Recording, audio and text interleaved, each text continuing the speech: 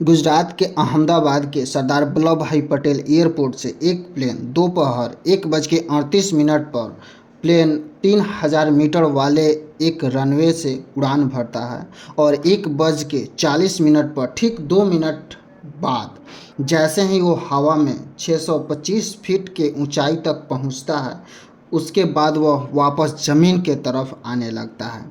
Airport के बाहर एक मेडिकल कॉलेज के बिल्डिंग पर जा गिरता है। सोशल मीडिया पर विमान हादसा को लेकर बहुत सारे आशंकाओं की लोग चर्चा कर रहे हैं और हम सभी आशंकाओं को एक एक करके चर्चा करेंगे और बताएंगे कि आखिर किसकी गलती थी जिसकी वजह से विमान हादसा हुआ और इतने सारे लोग मारे गए।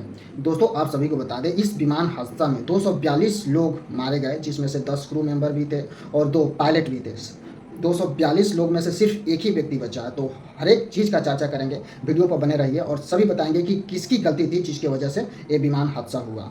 जिसमें से पहला कारण है दोनों इंजनों का एक साथ फेल हो जाना। तमाम रिपोर्टर्स में यह दावा किया जा रहा है कि इन इंजनों का एक साथ फेल हो जाने की संभावना 10 लाख में एक बार होता है और कुछ विशेषज्ञों ने बर्ड स्ट्राइक को संभावित कारण बताया है, क्योंकि अहमदाबाद में पहले भी बर्ड स्ट्राइक की घटना हुई है। पर बताया जा रहा है कि बर्ड स्ट्राइक से दोनों इंजन एक साथ बंद नहीं हो सकते। बर्ड स्ट्राइक आमतौर पर एक इंजन को प्रभावित करता है और दूसरा इंजन विमान को उड़ाने में सक्षम होता है।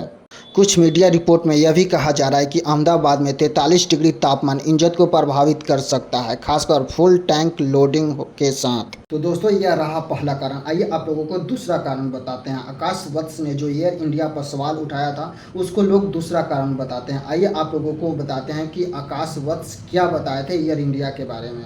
आकाश वत्स ने 12 जून 2025 को अहमदाबाद में हुए एयर इंडिया विमान दुर्घटना से पहले उसी विमान में यात्रा के दौरान कुछ तकनीकी खामियों की ओर इशारा किया था। आकाश वत्स ने दावा किया कि दिल्ली से अहमदाबाद की उड़ान के दौरान विमान का एसी ठीक से काम नहीं कर रहा था। उन्होंने कहा कि उड़ान के दौरान एसी का तापमान बार बार उतार चढ़ाव कर रहा था, जो असामान्य था। यह सवाल उठता है कि क्या विमान का कूलिंग सिस्टम या इससे जुड़े अन्य सिस्टम में गंभीर खराबी थी। वत्स ने यह भी कहा कि विमान के सीट के सामने लगे इंफोटेनमेंट सिस्टम और क्रू को बुलाने वाली कॉल बेल काम नहीं कर रहे थे।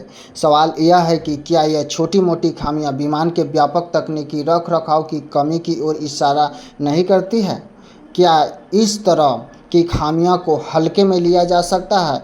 यह कंप्यूटर सही तरीके से काम नहीं करे, इसके लिए ऐसी ज़रूरी होती है। क्या प्लेन में कंप्यूटर को एसी की ज़रूरत नहीं होती है? तो अभी आप लोगों ने सुन लिया दूसरा कारण क्या है। आइए आप लोगों को सुनाते हैं तीसरा कारण क्या है प्लेन हादसा का। तीसरा कारण में ये भी हो सकता है कि साइबर अटैक हो गया हो, क्योंकि साइबर अटैक से प्लेन का सारा सिस्टम ही क्रैश कर दिया गया हो। ये भी कारण हो सकता है जिसके वजह से एक ही साथ दोनों इंजन फेल कर गया और प्लेन हादसा हो गया। तो तीसरा कारण में इसको भी रख सकते हैं। और आइए आप सभी को सुनाते हैं चौथा कारण क्या है। पूर्व सीआईए अधिकारी सारा एडम्स का ट्वीट। सोशल मीडिया पर एक कथित पूर्व सीआईए अधिकारी सारा एडम्स का ट्वीट वायरल हो रहा। बताया जा रहा है कि 9 जून 2025 को एक ट्वीट किया गया। इसके अनुसार अफगानिस्तान में आईएसआई ने भारत पर अब तक का सबसे बड़ा हमला करने की योजना बनाई है।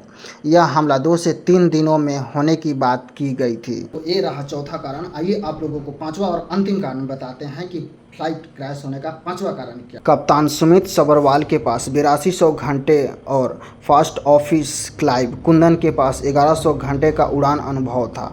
इतने अनुभवी पायलट के द्वारा मेडे कॉल जारी करने के बावजूद विमान को बचाने की असफलता सवाल उठाती है। टेक ऑफ के 30 से 33 सेकेंड के बाद ही विमान ऊंचाई खो दी। इतने कम समय में क्या हुआ कि पायलट स्थिति को नियंत्रित नहीं कर पाई। तो दोस्तों, अगर आप लोग मेरे चैनल पर नए हो तो सब्सक्राइब जरूर कर लेना, क्योंकि सभी न्यूज़ सबसे पहले आपको इस चैनल पर देखने के लिए मिलेगा।